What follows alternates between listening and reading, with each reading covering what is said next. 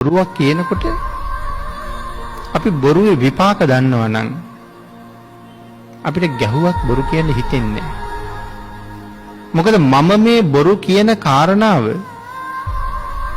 අපායේ ගිහිල්ලා දුක් විඳින්න තරම් වටින කරුණක්ද? නැත්නම් මුසාවාදයේ ආනිසංස මුසාවාදයේ විපාක දැනගත්තාම මේ වාගේ දේවල් ලබන්න මේ බොරුව වටිනවද? කොහොමද විපාක සඳහන් කළේ? එක බොරුවකට 100 ගණන් ಜಾතිවල නොකල වැරදි වලට දඬුවම් ලබනවා කියලා සඳහන් කරනවා. කිසි වරදක් කරලා නැහැ. නමුත් උසාවියෙන් හිරගෙදරට තීරණය කරනවා. සමහර අය කිසි වරදක් නැහැ. ජීවිත කාලෙම හිරෙilla.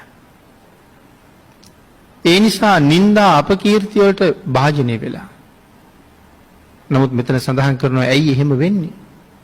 ඇත්ත බොරුව කරලා හරි බොරුව ඇත්ත කරලා හරි මේ ජීවිතේ තව කෙනෙක් ගොතාපු බොරු වැලක් නිසා හරි නිර්පරාධ මිනිහෙක් හිරගත වෙලා. එයාට එහෙම වෙන්න උනේ පෙර බොරු කියපු විපාකයක් එයා ගාව තියෙන නිසා. පෙර විපාකයකුත් එයාට තියෙනවා. ඊළඟට සඳහන් කරනවා නිന്ദා ලබනවා කියලා. අඥාන පුද්ගලයෝ වෙලා ඉපදෙනවා කියලා සඳහන් කරනවා. දීන පුද්ගලයෝ වෙලා ඉපදෙනවා. කතා කරන්න බැරි මිනිස්සු වෙලා ඉපදෙනවා, ගොළු වෙලා ඉපදෙනවා කියලා සඳහන් කරනවා. කතා කරනකොට ගොත ගැහෙනවා කියලා සඳහන් කරනවා. වචනවල මිහිරි බවක් නැහැ, හරි ගොර හැඩි වචන තියෙන කියලා සඳහන් කරනවා. සංසාරේ බොරු කියහම. කට හරියට දුගඳ හමන පුද්ගලයෝ වෙනවා කියලා සඳහන් කරනවා. තවත් ආදීනවයක් හැටියට සඳහන් කරනවා ඒ ඇයිට සංසාරේ දරු ඵල පවා හිගයි කියලා. දරු ඵලත් හිගයි.